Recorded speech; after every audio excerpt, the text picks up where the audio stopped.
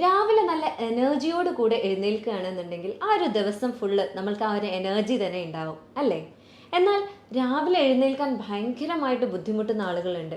അവർക്ക് ബെഡിൽ നിന്ന് എഴുന്നേൽക്കുക എന്ന് പറയുന്നത് സങ്കല്പിക്കാൻ പോലും പറ്റുന്നില്ല.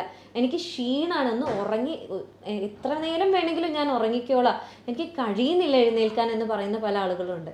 അതേപോലെ ഇനി എഴുന്നേറ്റ് കഴിഞ്ഞാൽ തന്നെ അവരുടെ ജോലി ചെയ്യുന്നതിൻ്റെ ഇടയിൽ എന്താണെന്നറിയില്ല, ഭയങ്കര ക്ഷീണാണ്, ഒന്നും ചെയ്യാൻ കഴിയുന്നില്ല, തല ചുറ്റുന്ന പോലെയാണ്, എവിടെയെങ്കിലും ഒന്ന് ഇരുന്നാൽ മതി എന്ന് തോന്നാറുണ്ട്. വീണ്ടും വീണ്ടും കിടക്കയിലേക്ക് പോയി വീണ്ടും ഒന്ന് ഉറങ്ങിയാൽ മതി എന്ന് തോന്നുന്ന ആളുകളുണ്ട്.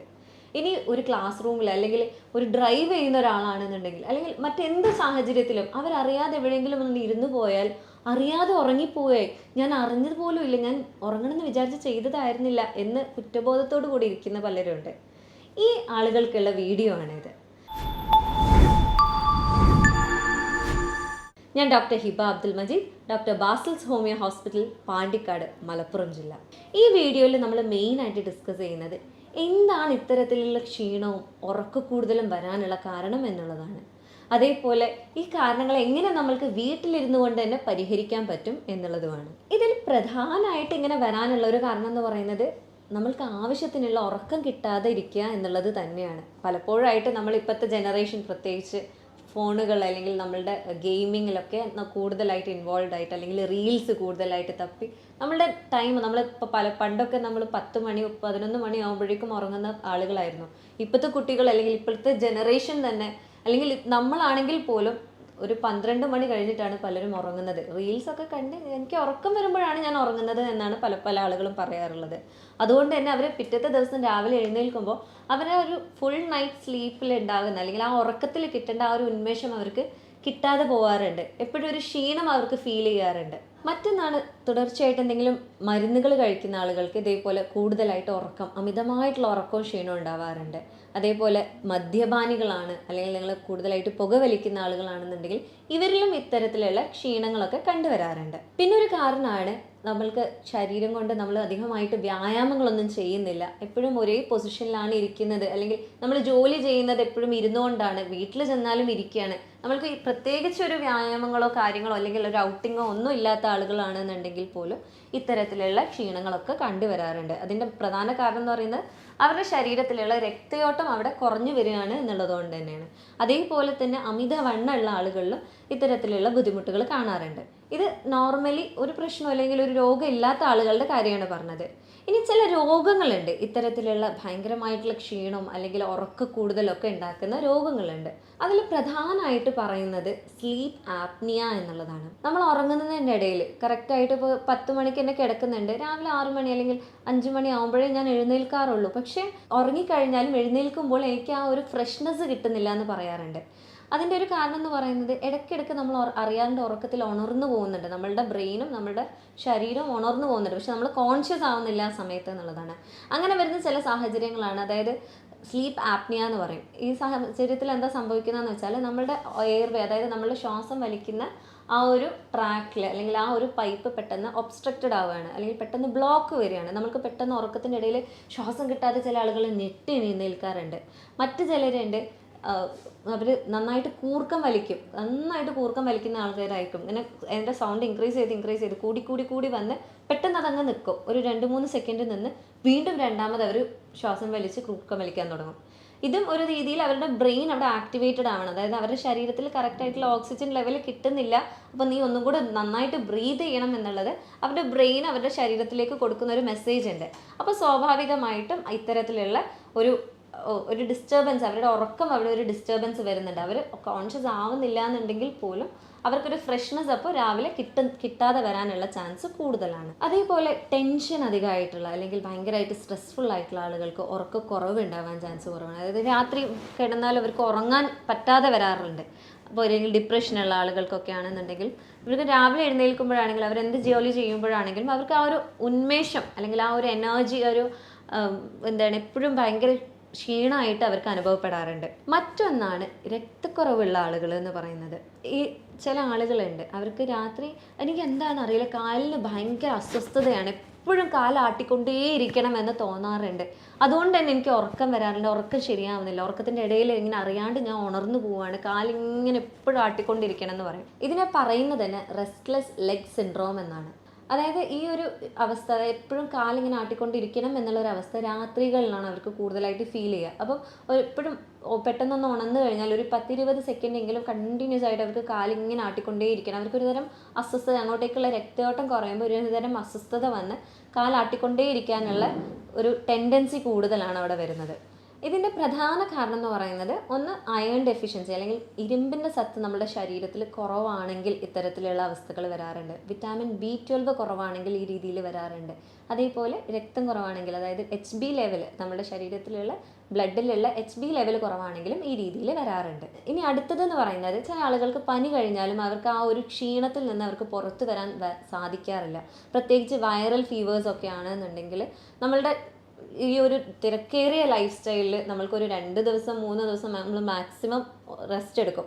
അത് കഴിഞ്ഞ് കഴിഞ്ഞാൽ നമ്മൾ വീണ്ടും നമ്മുടെ നോർമൽ ആയിട്ടുള്ള റൂട്ടീനിലേക്ക് പോവുകയാണ്. അപ്പോൾ സ്വാഭാവികമായിട്ടും നമ്മുടെ ബോഡി കംപ്ലീറ്റ് ആയിട്ട് റിക്കവർ ആയിട്ടില്ല എന്നുണ്ടെങ്കിൽ ഇത്തരത്തിലുള്ള ക്ഷീണം അവിടെ അനുഭവപ്പെടാറുണ്ട്.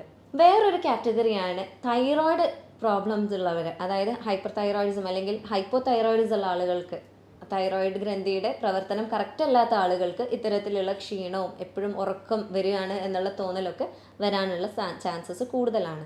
ഇനി അടുത്തൊരു പ്രധാന കാരണം എന്ന് പറയുന്നത് രക്തക്കുറവ് അല്ലെങ്കിൽ അനീമിയ എന്നുള്ളതാണ്. അനീമിയ പല രീതിയിലുണ്ട്. ചില ആളുകൾക്ക് ഓവറായിട്ട് ബ്ലീഡ് ചെയ്യുക, അല്ലെങ്കിൽ രക്തസ്രാവം ഉള്ളത് കൊണ്ട് അനീമിയ ഉണ്ടാവാം, രക്തക്കുറവ് ഉണ്ടാവാം, അല്ലെങ്കിൽ ഇൻറ്റേർണലായിട്ട് നമുക്ക് എന്തെങ്കിലും കാരണങ്ങൾ അറിയാത്തത് കൊണ്ട് ഉണ്ടാവാം.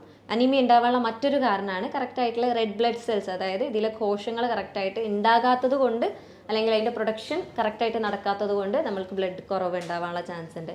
അതേപോലെ അയേണിൻ്റെ കണ്ടൻറ്റ്, അതായത് ഇരുമ്പിൻ്റെ സത്ത് നമ്മുടെ ശരീരത്തിൽ കുറവാണെന്നുണ്ടെങ്കിലും ഇതേപോലെ അനീമിയ ഉണ്ടാവാനുള്ള ചാൻസസ് കൂടുതലാണ്. അപ്പോൾ നമ്മളുടെ ഒരു ശരാശരി നമ്മളുടെ ഒരു ഇന്ത്യൻ സൊസൈറ്റിയിൽ എടുക്കുകയാണെന്നുണ്ടെങ്കിൽ ഏറ്റവും കൂടുതൽ അയൺ ഡെഫിഷ്യൻസി, അതായത് ഇരുമ്പ് സത്ത് കുറവുള്ള അനീമിയാണ് കൂടുതലായിട്ട് കണ്ടുവരുന്നത്. അപ്പോൾ ശരിക്കും അനീമിയ അല്ലെങ്കിൽ ഈ ഒരു രക്തക്കുറവ് ഉണ്ടാവുമ്പോൾ എന്തുകൊണ്ടാണ് നമ്മൾക്ക് ക്ഷീണം വരുന്നത് എന്ന് നോക്കുകയാണെന്നുണ്ടെങ്കിൽ, നമ്മുടെ ശരീരത്തിൽ നമ്മൾക്ക് എന്തൊരു പ്രക്രിയ നടക്കണം എന്നുണ്ടെങ്കിലും, അപ്പോൾ ഒരു ദഹനമാണെങ്കിലും, നമ്മൾ മസിൽസ് ഇളകുകയാണെങ്കിലും, നമ്മുടെ ഹാർട്ട് ബീറ്റ് ചെയ്യുകയാണെന്നുണ്ടെങ്കിലും, നമ്മൾക്കിപ്പോൾ സംസാരിക്കാൻ പോലാണെങ്കിലും നമുക്ക് എനർജി വേണം, ഒരു ഊർജ്ജം വേണം. ഈ ഒരു ഊർജ്ജം ഉണ്ടാക്കാൻ സഹായിക്കുന്നത് നമ്മൾ ശ്വസിക്കുന്ന ഓക്സിജനാണ്. നമ്മൾ ഈ ഊർജ്ജം ഉണ്ടാക്കുന്ന ഓരോ ലെവലിലും ഓക്സിജൻ്റെ ആവശ്യം അവിടെ ഉണ്ട്. അപ്പോൾ ഈ ഓക്സിജനെ കറക്റ്റായിട്ട് നമ്മളുടെ ഓരോ സെല്ലിലേക്കും കൊണ്ടുപോകാൻ ഹെൽപ്പ് ചെയ്യുന്നതാണ് ബ്ലഡിലെ HB എന്ന് പറയുന്ന ഹീമോഗ്ലോബിൻ എന്ന് പറയുന്ന ഒരു പിഗ്മെൻറ്റ്. അത് ഉണ്ടാകാൻ സഹായിക്കുന്ന ഒന്നാണ് അയേൺ ഇല്ലെങ്കിൽ ഈ HB, നമ്മൾ എപ്പോഴും പറയാറുണ്ട്, ഹോസ്പിറ്റലിലൊക്കെ പോകുമ്പോൾ ഡോക്ടേഴ്സ് പറയാറുണ്ട് HB ഒന്ന് ചെക്ക് ചെയ്യണം, രക്തക്കുറവ് ഉണ്ടോയെന്നൊന്ന് നോക്കാൻ വേണ്ടിയിട്ടാണ് എന്നുള്ളത്. അപ്പോൾ അവിടെ എന്താ സംഭവിക്കുന്നതെന്ന് വെച്ചാൽ, ഈ ഹീമോഗ്ലോബിന് അവിടെ ഉണ്ടാകാതിരിക്കുകയും ഹീമോഗ്ലോബിൻ കുറവുള്ളത് കൊണ്ട് തന്നെ അവിടെ ഓക്സിജൻ്റെ ലെവൽ കുറയുകയും നമ്മുടെ ശരീരത്തിൽ കറക്റ്റായിട്ടുള്ള ഊർജ്ജം ഉണ്ടാക്കുന്നത് കുറയുകയാണ് ചെയ്യുന്നത്. അപ്പോൾ സ്വാഭാവികമായിട്ടും നമ്മൾക്കൊരു ക്ഷീണവും എപ്പോഴും തലകറക്കവും അല്ലെങ്കിൽ ഭയങ്കരമായിട്ടുള്ള എപ്പോഴും കിടക്കണം എന്നുള്ള തോന്നൽ, അതേപോലെ തന്നെ ചില ആളുകൾക്ക് അവർ കൈകാലൊക്കെ എന്താ നീ വിളറിയിരിക്കുന്നതെന്നൊക്കെ ചോദിക്കാറുണ്ട്. നമ്മൾ കണ്ണിൻ്റെ അവിടെയൊക്കെ വിളറിയിരിക്കുകയാണ്, കൈയിൻ്റെ അകം, കാലിൻ്റെ ഉള്ളിനടിയൊക്കെ വിളറിയിരിക്കാറുണ്ട്. ചില ആളുകൾക്ക് നഖം ശ്രദ്ധിച്ചിട്ടുണ്ടാവും നിങ്ങൾ, ഭയങ്കരമായിട്ട് ബ്രിട്ടിൽ എന്ന് പറയും, അതായത് ഭയങ്കര ഡ്രൈ ആയിട്ട് വര വീണ പോലെ ആയിരിക്കും നഖങ്ങൾ ഉണ്ടാവുക. അതേപോലെ ചില ആളുകളുണ്ട്, എന്താണെന്നറിയില്ല, എനിക്ക് ഈ പച്ച അരി കഴിക്കാൻ ഭയങ്കര ഇഷ്ടമാണ്, വേവിക്കാത്ത അരി കഴിക്കാൻ ഭയങ്കര ഇഷ്ടമാണെന്ന് പറയുന്ന ആളുകളുണ്ട്. ഇവരിലൊക്കെ അധികവും ഹീമോഗ്ലോബിൻ അല്ലെങ്കിൽ ഈ പറഞ്ഞ അനീമിയ, രക്തക്കുറവ് ഉണ്ടാവാനുള്ള ചാൻസസ് കൂടുതലാണ്. കുട്ടികളിലാണെന്നുണ്ടെങ്കിൽ ഇത്തരത്തിൽ ഈ ദഹിക്കാൻ പറ്റാത്ത സാധനങ്ങൾ എപ്പോഴും അവർ കഴിക്കും. ചില ആളുകളുണ്ട് ചോക്ക് കഴിക്കുന്ന കുട്ടികളുണ്ട്. അതേപോലെ ചുമരിലുള്ള പെയിൻ്റൊക്കെ മാന്തി കഴിക്കുന്ന ആളുകളുണ്ട്. എന്താണെന്നറിയില്ല, മോൻ എപ്പോഴും ഇങ്ങനത്തെ കാര്യങ്ങളാണ് കഴിക്കുന്നത് എന്ന് പറഞ്ഞിട്ട് പലപ്പോഴായിട്ട് കുട്ടികൾ നമ്മളുടെ അടുത്ത് വരാറുണ്ട്. അപ്പോൾ ഇതിൻ്റെ ഒരു പ്രധാന കാരണം എന്ന് പറയുന്നത് രക്തക്കുറവ് തന്നെയാണ്. അപ്പോൾ എങ്ങനെയാണ് രക്തക്കുറവിനെ തിരിച്ചറിയാമെന്ന് പറയുകയാണെന്നുണ്ടെങ്കിൽ, അതിൽ HB എന്ന് പറയുന്ന ടെസ്റ്റാണ് നമ്മൾ ചെയ്യാറ്. സാധാരണഗതിയിൽ HB നമ്മൾ ചെക്ക് ചെയ്യുമ്പോൾ, ഹിമോഗ്ലോബിൻ ചെക്ക് ചെയ്യുമ്പോൾ ഒരു പുരുഷന് ശരാശരി വേണ്ടത് 13 to 16 ഇടയിലും, 16 ഗ്രാം പെർ ഡെസിലിറ്ററിൻ്റെ ഇടയിലും, ഒരു സ്ത്രീക്ക് വേണ്ടത് 12 മുതൽ 15 ഗ്രാം പെർ ഡെസിലിറ്ററിൻ്റെ ഇടയിലുള്ള ഒരളവാണ് വേണ്ടത്. ഇത് നമ്മുടെ ഇന്ത്യൻ സൊസൈറ്റിയിൽ നോക്കുകയാണെന്നുണ്ടെങ്കിൽ ഇവിടെ അറ്റ്ലീസ്റ്റ് ഒരു 10 to 11 ഇടയിലെങ്കിലും നിങ്ങൾക്ക് രക്തം, അതായത് ഈ HB ലെവൽ ഉണ്ടാവണം എന്നുള്ളതാണ്. അതിൽ താഴെ പോയി കഴിഞ്ഞാൽ സ്വാഭാവികമായിട്ടും നിങ്ങളുടെ സിംറ്റംസ് ഒക്കെ കൂടാറുണ്ട്. ഇനി ഈ രക്തക്കുറവ് അല്ലെങ്കിൽ ഈ HBയുടെ ലെവൽ നിങ്ങൾ പ്രഗ്നൻ്റ് ആണെങ്കിൽ, അതേപോലെ നിങ്ങൾ മുലയൂട്ടുന്നൊരു അമ്മയാണെങ്കിൽ കുറയാറുണ്ട്. കാരണം സ്വാഭാവികമായിട്ടും നിങ്ങളുടെ ശരീരത്തിലുള്ള ഈ പറയുന്ന ഇരുമ്പിൻ്റെ സത്ത് നിങ്ങളുടെ കുട്ടികൾക്ക് അവിടെ പോകുന്നുണ്ട്. ഇപ്പോൾ പ്രഗ്നൻസിയിലാണെന്നുണ്ടെങ്കിൽ നിങ്ങളുടെ വയറിലല്ല, ഉദരത്തിൽ വളരുന്ന കുട്ടിയുടെ ശരീരത്തിലേക്ക് അത് പോകുന്നുണ്ട്. അല്ലെങ്കിൽ നിങ്ങൾ മുലയൂട്ടുന്ന അമ്മമാരാണെന്നുണ്ടെങ്കിൽ അതുപോലെ ഒരു എമൗണ്ട് ഓഫ് അയൺ നിങ്ങളുടെ കുട്ടിയിലേക്ക് പാലിലൂടെ പോകുന്നുണ്ട്. അപ്പോൾ നിങ്ങൾ നിർബന്ധമായിട്ടും ശ്രദ്ധിക്കേണ്ടത് നിങ്ങൾ ഈ സമയത്തൊക്കെ നല്ല അയൺ റിച്ച് ആയിട്ടുള്ള ഭക്ഷണങ്ങൾ കഴിക്കുന്നുണ്ട് എന്നുള്ളതാണ്. നമ്മുടെ ശരീരത്തിൽ രക്തക്കുറവ് ഉണ്ടാകുമ്പോൾ തന്നെ സ്വാഭാവികമായിട്ടും രക്തയോട്ടം അവിടെ കുറയാനുള്ള ചാൻസസ് കൂടുതലാണ്. അപ്പോൾ തന്നെ ഇപ്പോൾ ഈ മേൽ പറഞ്ഞ ഒരുപാട് രോഗങ്ങളുണ്ട്. അപ്പോൾ ആ രോഗങ്ങൾക്കും ഇതേപോലെ ശരീരത്തിലുള്ള രക്തയോട്ടം കുറയാനുള്ള സാധ്യതകളും ഈ പറഞ്ഞ കുറേ സിംറ്റംസ് ഉണ്ടാവാനുള്ള സാധ്യതകളുണ്ട്. അതായത് കയ്യിലൊക്കെ ഭയങ്കര തണുപ്പ് അനുഭവപ്പെടുക, കൈക്കാലുകളൊക്കെ എപ്പോഴും ഭയങ്കര തണുത്തിട്ടായിരിക്കും അവരുത്, എപ്പോഴും മസിൽ അവിടെ ഇവിടെയൊക്കെ ആയിട്ട് വേദനയാണ്, കോച്ചി പിടിക്കുകയാണെന്നൊക്കെ പറയുന്ന ആളുകളുണ്ട്. പുരുഷന്മാരിലാണെങ്കിൽ ഉദ്ധാരണക്കുറവിന് ഒരു പ്രധാന കാരണം എന്ന് പറയുന്നത് ഇത്തരത്തിലുള്ള രക്തയോട്ടത്തിൻ്റെ കുറവാണ്. അതേപോലെ തന്നെ എപ്പോഴും മുടിയൊക്കെ കൊഴിയാണ്, അവിടെ ഇവിടെയൊക്കെ ഭയങ്കരമായിട്ട് സഹിക്കാൻ പറ്റാത്ത വേദനകളാണ്, പ്രത്യേകിച്ച് രാത്രിയൊന്നും എന്താണെന്നറിയില്ല എന്നൊക്കെ പറയുന്ന ഒരുപാട് പേഷ്യൻസ് ഉണ്ട്. അവരുടെയൊക്കെ ഒരു ഹിസ്റ്ററി നോക്കുകയാണെന്നുണ്ടെങ്കിൽ അതിലൊരു മെയിൻ വില്ലൻ എന്ന് പറയുന്നത് തന്നെ ഒന്നെങ്കിൽ രക്തയോട്ടം കുറയാനുള്ള എന്തെങ്കിലും കാരണങ്ങളുണ്ടാവും, അല്ലെങ്കിൽ രക്തക്കുറവാണ് അതിലെ പ്രധാന വില്ലൻ എന്ന് പറയാറ്. അപ്പോൾ എങ്ങനെയാണ് നമ്മൾക്ക് നമ്മളുടെ ശരീരത്തിൽ രക്തയോട്ടം കൂട്ടാൻ പറ്റുന്നത് എന്നുള്ളത് കൂടെ നമ്മൾ അറിയേണ്ടതാണ്. ഒന്നെന്ന് പറയുന്നത്, നിങ്ങൾ സ്ഥിരമായിട്ട് സ്മോക്ക് ചെയ്യുന്ന ഒരാളാണ്, നന്നായിട്ട് സിഗരറ്റ് ആണെങ്കിലും വേറെ എന്താണെങ്കിലും നിങ്ങൾ സ്മോക്ക് ചെയ്യുന്ന ഒരാളാണെന്നുണ്ടെങ്കിൽ നിങ്ങളുടെ ശരീരത്തിൽ സ്വാഭാവികമായിട്ടും രക്തയോട്ടം കുറയാനുള്ള ചാൻസസ് കൂടുതലാണ്. ഇതിനൊരു കാരണം എന്ന് പറയുന്നത് നമ്മളുടെ ശരീരത്തിൽ സ്വാഭാവികമായിട്ടും ഈ സ്മോക്ക് ചെയ്യുന്ന സമയത്ത് നിക്കോട്ടിൻ്റെ അളവ് ഈ രക്തധമനികളിൽ വന്നിട്ട് അടയാനുള്ള ചാൻസസ് കൂടുതലാണ്. അപ്പോൾ സ്വാഭാവികമായിട്ടും രക്തധമനികളുടെ ദ്വാരം വലുപ്പം കുറയാനും അതിലൂടെ ബ്ലഡ് പോകുന്നത്, രക്തം പോകുന്നതിൻ്റെ സ്പീഡ് കുറയാനൊക്കെ ഉള്ള ചാൻസസ് കൂടുതലാണ്. അതുകൊണ്ട് തന്നെ എത്തേണ്ട രീതിയിലുള്ള ഓക്സിജനും എത്തേണ്ട രീതിയിലുള്ള രക്തവും എല്ലായിടത്തേക്കും ഒരുപോലെ എത്തിക്കൊള്ളണം എന്നില്ല. അതുകൊണ്ട് തന്നെ നിങ്ങൾക്ക് ക്ഷീണം അനുഭവപ്പെടാനുള്ള ചാൻസസ് വളരെ കൂടുതലാണ്. അതുപോലെ നിങ്ങൾ വെള്ളം കുറവാണ്, നിങ്ങൾ വെള്ളം കുടിക്കുന്നത് വളരെ കുറവായിട്ടുള്ള ഒരാളാണ്, ഡീഹൈഡ്രേറ്റഡ് ആണ് നിങ്ങളുടെ ശരീരം എന്നുണ്ടെങ്കിലും നിങ്ങളുടെ രക്തയോട്ടം കുറയാനുള്ള ചാൻസ് കൂടുതലാണ്. കാരണം നമ്മളുടെ ബോഡീനെ റിലാക്സ് ചെയ്യാനും അതേപോലെ രക്തധമനികൾ കറക്റ്റായിട്ട് വർക്ക് ചെയ്യാനും ബ്ലഡ് കറക്റ്റായിട്ട് ഉണ്ടാവാനൊക്കെ സഹായിക്കുന്ന ഒന്നാണ് വെള്ളം എന്ന് പറയുന്നത്. മറ്റൊന്നെന്ന് പറയുന്നത് എക്സസൈസ് ആണ്. അത് നിർബന്ധമാണ്. എൻ്റെ ഒരു പേഴ്സണൽ എക്സ്പീരിയൻസ് പറയുകയാണെങ്കിൽ, ഞാൻ ഫസ്റ്റ് ഇയറിൽ പഠിക്കുന്ന സമയത്ത് ഞങ്ങളുടെ സ്വന്തം ബ്ലഡ് വെച്ച് പരീക്ഷണം നടത്തേണ്ടതുണ്ടായിരുന്നു, കറക്റ്റായിട്ട് പഠിക്കാൻ വേണ്ടിയിട്ട്. അപ്പോൾ ഈ സാഹചര്യത്തിൽ ഞാൻ എക്സസൈസ് വളരെ കുറവായിട്ടുള്ള ഒരാളായിരുന്നു, എക്സ്റ്റേണൽ ആക്ടിവിറ്റീസ് ഒന്നും ചെയ്യാത്ത ഒരാളായിരുന്നു. അന്നൊക്കെ എന്ന് പറഞ്ഞാൽ അത് കുത്തിക്കഴിഞ്ഞ് നെക്സ്റ്റ് നിമിഷം എന്നെ നിലത്തായിരുന്നു പിന്നെ കണ്ടിരുന്നത്. കാരണം ബോധം കെട്ടി വീഴുമായിരുന്നു. ഇത് കുത്താനുള്ള പേടി കൊണ്ടോ ഒന്നും ആയിരുന്നില്ല, എന്നാൽ രക്തക്കുറവ് എന്ന് പറയുന്നത് എനിക്ക് ഉണ്ടായിരുന്നുമില്ല. പക്ഷേ എനിക്ക് ഈ കുത്തുന്ന സമയത്ത് എൻ്റെ തലച്ചോറിലേക്കുള്ള രക്തയോട്ടം കുറവായിരുന്നു. വേറൊരു എക്സസൈസ് ഒന്നും ചെയ്യാത്തത് കൊണ്ട് തന്നെ ഒട്ടും രക്തയോട്ടം ഉണ്ടായിരുന്നില്ല. അതുകൊണ്ട് പെട്ടെന്ന് ബ്ലാങ്ക് ഔട്ടായി വീഴുമായിരുന്നു. ഇതിന് സിങ്കോപ്പ് എന്നാണ് പറയാറ്. അപ്പോൾ നോർമലി നമ്മുടെ ലൈഫിൽ നമ്മൾ എന്ത് കാര്യം ചെയ്യുകയാണെങ്കിലും ചില ആളുകളുണ്ട് പെട്ടെന്ന് ബോധം കെട്ട് വീണമെന്നോ അല്ലെങ്കിൽ കുഴഞ്ഞു വീണമെന്നൊക്കെ പറയുന്നത്. അപ്പോൾ അവരുടെ തലച്ചോറിലേക്ക് കറക്റ്റായിട്ട് രക്തം ഓടാത്തതുകൊണ്ട് അല്ലെങ്കിൽ കറക്റ്റായിട്ടുള്ളൊരു എത്തേണ്ട ഓക്സിജൻ അവർക്ക് കിട്ടാത്തത് കൊണ്ടാണ് ഇത്തരത്തിൽ അവർ ബ്ലാങ്ക് ഔട്ടായി പോകുന്നത്. അപ്പം എക്സസൈസ് എന്ന് പറയുന്നത് വളരെയേറെ ഇമ്പോർട്ടൻ്റ് ആണ്. ഇനി നിങ്ങൾ സ്ഥിരമായിട്ട് ഇരുന്ന് ജോലി ചെയ്യുന്ന ഒരാളാണ്, എപ്പോഴും കമ്പ്യൂട്ടറിൻ്റെ മുന്നിലാണ്, ഒരു രാവിലെ ചെന്ന് കഴിഞ്ഞാൽ വൈകുന്നേരം മാത്രമാണ് ഞാൻ ആ ഒരു സീറ്റിൽ നിന്ന് എഴുന്നേൽക്കുന്നതെന്ന് പറയുന്ന ആളാണെന്നുണ്ടെങ്കിൽ നിങ്ങളൊരു 25-20 മിനിറ്റ് കഴിഞ്ഞാൽ നിങ്ങൾ നിർബന്ധമായിട്ടും എഴുന്നേറ്റ് നിന്ന് ഒന്നൊരു റൗണ്ട് അല്ലെങ്കിൽ അറ്റ്ലീസ്റ്റ് ഒന്നൊരു അടുത്ത് എങ്കിലും ഒരു ഡിസ്റ്റൻസിലേക്ക് നടക്കുന്നുണ്ട് എന്നുള്ളത് ഉറപ്പ് വരുത്തുക. കാരണം നിങ്ങളുടെ ബ്ലഡ് സർക്കുലേഷൻ അവിടെ വളരെയേറെ കുറഞ്ഞു വരികയാണ്. നിങ്ങൾ നടക്കുമ്പോൾ എന്താ സംഭവിക്കുന്നതെന്ന് വെച്ചാൽ നിങ്ങളുടെ കാലിലെ മസിൽസൊക്കെ അവിടെ ക്രാമ്പ് വരുന്നുണ്ട്, അതായത് മസിൽസൊക്കെ അവിടെ നിന്ന് ടൈറ്റൻ ആവുന്നുണ്ട്. ആ സമയത്ത് തന്നെ നിങ്ങളുടെ കാലിൽ വരുന്ന ബ്ലഡിനെ അത് സ്വാഭാവികമായിട്ടും ഹാർട്ടിലേക്ക് എത്തിക്കാൻ സഹായിക്കും. അപ്പോൾ ഇത്തരത്തിൽ നമ്മളുടെ ശരീരത്തിലുള്ള രക്തയോട്ടത്തിന് കൂട്ടാൻ ഇത് വളരെയേറെ ഹെൽപ്പ് ചെയ്യും. ഇനി മറ്റൊന്നെന്ന് പറയുന്നത്, രക്തയോട്ടം മാത്രം കറക്റ്റ് ആയാൽ പോരാ, നമ്മൾക്ക് അനീമിയ അല്ലെങ്കിൽ രക്തക്കുറവും കൂടെ കറക്റ്റ് ചെയ്താലേ നമ്മളുടെ ആ ക്ഷീണം കറക്റ്റായിട്ട് മാറുകയുള്ളൂ. അപ്പോൾ അതിന് വേണ്ടത് എന്താണെന്ന് വെച്ചാൽ, ഒന്ന് അയൺ റിച്ച് ആയിട്ടുള്ള അല്ലെങ്കിൽ ഇരുമ്പ് സത്ത് റിച്ച് ആയിട്ടുള്ള ഭക്ഷണങ്ങൾ കഴിക്കുക എന്നുള്ളതാണ്. അതൊന്നെന്ന് പറയുന്നത് രാഗി നല്ല റിച്ചാണ്, അതേപോലെ നമ്മളുടെ ബീട്രൂട്ട്, ഡേറ്റ്സ് അതായത് ഈന്തപ്പഴം, അതേപോലെ ഡാർക്ക് ഗ്രീൻ ലീഫി വെജിറ്റബിൾസ്, അതായത് എന്താണെങ്കിൽ ഏത് ഇലയാണെങ്കിലും അതൊന്നും കൂടെ ഡാർക്ക് ഷെയ്ഡിലാവുമ്പോഴാണ് അതിൽ കൂടുതലായിട്ട് ഇരുമ്പ് സത്ത് കൂടുന്നത്. അപ്പോൾ തന്നെ നമ്മുടെ ശരീരത്തിലേക്ക് അത് നന്നായിട്ട് അബ്സോർബ് ചെയ്യാനും അത് ഹെൽപ്പ് ചെയ്യും. മറ്റൊന്നാണ് വിറ്റാമിൻ സി കൂടുതലുള്ള ഭക്ഷണങ്ങൾ കഴിക്കുക എന്നുള്ളത്.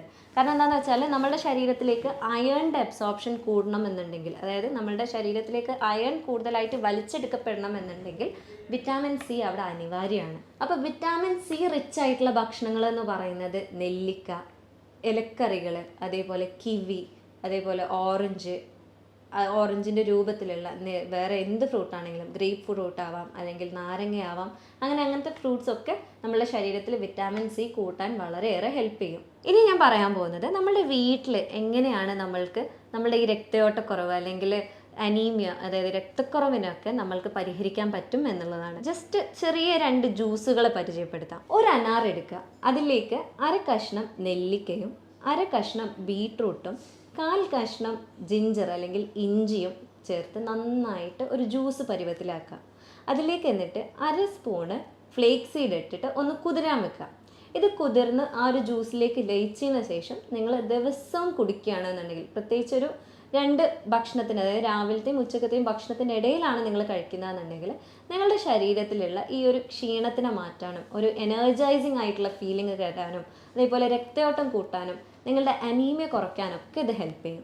ഇനി രണ്ടാമത്തെ ജ്യൂസിനെ കുറിച്ച് പറയുകയാണെന്നുണ്ടെങ്കിൽ ഒരു 3 കഷ്ണം ഇഞ്ചി എടുക്കുക. അതിലേക്ക് 1 സ്പൂണ് മഞ്ഞൾപ്പൊടിയും 1/4 സ്പൂണ് അശ്വഗന്ധപ്പൊടിയും 1/4 സ്പൂണ് ലൈക്കോ റൈസ് അല്ലെങ്കിൽ ഇരട്ടി മധുരം എന്നൊക്കെ പറഞ്ഞാൽ നമ്മളുടെ നാട്ടിലെ കടകളിലൊക്കെ കിട്ടാറുണ്ട്. അതിലേക്ക് ഫ്രഷ് ആയിട്ട് ഉണ്ടാക്കിയ 1/2 കപ്പ് നെല്ലിക്കയുടെ നീരും അതേപോലെ 1 കപ്പ് ബട്ടർ മിൽക്ക് അല്ലെങ്കിൽ മോരും വെള്ളം എടുത്തിട്ട് നന്നായിട്ട് ജ്യൂസാക്കി ദിവസവും നിങ്ങൾ കഴിക്കുകയാണെന്നുണ്ടെങ്കിൽ ഇത് നിങ്ങളെ ഭയങ്കരമായിട്ട് ഹെൽപ്പ് ചെയ്യും. ഇത് ഹെൽപ്പ് ചെയ്യും എന്ന് പറയാനുള്ള ഒരു കാരണം എന്ന് പറയുന്നത്, ഇതിൽ ഇഞ്ചി എന്ന് പറയുന്നത് നമ്മുടെ ശരീരത്തിലുള്ള ബ്ലഡ് സർക്കുലേഷൻ അല്ലെങ്കിൽ രക്തയോട്ടം കൂട്ടാൻ സഹായിക്കുകയും നമ്മുടെ ശരീരത്തിൽ അവിടെ ഇവിടെയെല്ലാം അടങ്ങിക്കിടക്കുന്ന ടോക്സിൻസിനെ എടുത്ത് ഒഴിവാക്കാനും ഒരു എനർജി ബൂസ്റ്ററായിട്ട് വർക്ക് ചെയ്യാനൊക്കെ ഹെൽപ്പ് ചെയ്യുന്ന ഒരു കണ്ടന്റാണ് ഇഞ്ചി എന്ന് പറയുന്നത്. ഇത് നമ്മൾക്ക് ഉണ്ടാകുന്ന ഒരു മെൻ്റൽ സ്ട്രെയിനിനൊക്കെ റിലാക്സ് ചെയ്യാനും നമുക്ക് കൂടുതലായിട്ട് കോൺസെൻട്രേറ്റ് ചെയ്യാനൊക്കെ ഹെൽപ്പ് ചെയ്യുന്ന ഒരു കണ്ടന്റ് ഇതിലുണ്ട്. മറ്റൊന്നാണ് മോരും വെള്ളം എന്ന് പറയുന്നത്. മോരും വെള്ളം എന്ന് പറയുന്നത് നമ്മളുടെ ശരീരത്തിൽ, നമ്മളുടെ വയറിൻ്റെ കൂടുതലായിട്ടുള്ള ഡൈജഷനെ ഹെൽപ്പ് ചെയ്യാൻ, നമ്മൾക്ക് കറക്റ്റായിട്ടുള്ള ഒരു മോഷൻ പാസ് ചെയ്യാനും അതേപോലെ ഗട്ട് ഇഷ്യൂസ് ഒക്കെ റിസോൾവ് ചെയ്യാനൊക്കെ ഹെൽപ്പ് ചെയ്യുന്ന ഒന്നാണ് മോരും വെള്ളം എന്ന് പറയുന്നത്. അതേപോലെ വിറ്റാമിൻ ബി കൂടുതലായിട്ട് അടങ്ങിയ ഒരു കണ്ടന്റും കൂടി ആയതുകൊണ്ട് തന്നെ നമ്മുടെ ഗട്ട് ഹെൽത്തിന് ഇത് കൂടുതലായിട്ട് ഹെൽപ്പ് ചെയ്യുന്നതായിരിക്കും. സ്വാഭാവികമായിട്ടും നമുക്ക് കൂടുതലായിട്ടൊരു എനർജൈസിങ് ഫീലിംഗ് കിട്ടാൻ വേണ്ടിയിട്ട് ഇത് ഹെൽപ്പ് ചെയ്യും. അടുത്തതെന്ന് പറയുന്നത് അശ്വഗന്ധയാണ്. അശ്വഗന്ധ എന്ന് പറയുന്നത് നമ്മുടെ ശരീരത്തിലുള്ള നെർവസ് സിസ്റ്റത്തിന് ഒന്ന് റിലാക്സ് ചെയ്യാൻ ഹെൽപ്പ് ചെയ്യുക, ഹൈപ്പർ ആക്റ്റീവായിട്ട് നിൽക്കുന്നതിന് ഒന്ന് റിലാക്സ് ചെയ്യാൻ ഹെൽപ്പ് ചെയ്യും. നമ്മൾക്ക് കൂടുതലായിട്ട് എനർജി കിട്ടാൻ ഇത് ഭയങ്കരമായിട്ട് ഹെൽപ്പ് ചെയ്യുകയും ചെയ്യും. പിന്നെ ഒന്നെന്ന് പറയുന്നത് നെല്ലിക്ക എന്ന് പറയുന്നത് വിറ്റാമിൻ സി റിച്ച് ആണ്. നമ്മുടെ ശരീരത്തിൽ കൂടുതലായിട്ട് ഇമ്മ്യൂണിറ്റി കൂട്ടാനും നാച്ചുറലായിട്ട് നമ്മുടെ ശരീരത്തിന് എനർജി കൂടുതലായിട്ട് കിട്ടാനും ഈ എക്സോഷനായിട്ട് നമുക്ക് ഭയങ്കരമായിട്ടുള്ള ടയേർഡ്നെസ് ഫീലിംഗ് ഒക്കെ മാറ്റാനും കൂടുതലായിട്ട് ഹെൽപ്പ് ചെയ്യുന്ന ഒരു കണ്ടന്റാണ് നെല്ലിക്ക എന്ന് പറയുന്നത്. അതേപോലെ മഞ്ഞൾ എന്ന് പറയുന്നത് നമ്മുടെ ശരീരത്തിലുള്ള അല്ലെങ്കിൽ നമ്മുടെ മനസ്സിന് മൂഡിനെ സ്റ്റെബിലൈസ് ചെയ്യാനും അതേപോലെ എനർജി സ്റ്റെബിലൈസ് ചെയ്യാനും ഒക്കെ ഹെൽപ്പ് ചെയ്യുന്ന ഒന്നാണ്. ഇങ്ങനെയൊക്കെ ചെയ്തിട്ടും നിങ്ങൾക്ക് നിങ്ങളുടെ രക്തയോട്ടം കൂട്ടാൻ പറ്റുന്നില്ല, നിങ്ങളുടെ അനീമിയ അല്ലെങ്കിൽ രക്തക്കുറവ് ഇപ്പോഴും അവിടെ ഉണ്ട്, എങ്ങനെയായാലും നിങ്ങളുടെ ക്ഷീണം അല്ലെങ്കിൽ ഈ ഉറക്കക്കൂടുതൽ നിങ്ങൾക്ക് മാറ്റാൻ സാധിക്കുന്നില്ല എന്നുള്ളൊരു സാഹചര്യമാണെന്നുണ്ടെങ്കിൽ നിങ്ങൾ നിർബന്ധമായിട്ടും ഒരു ഡോക്ടറെ കൺസൾട്ട് ചെയ്യേണ്ടതാണ്.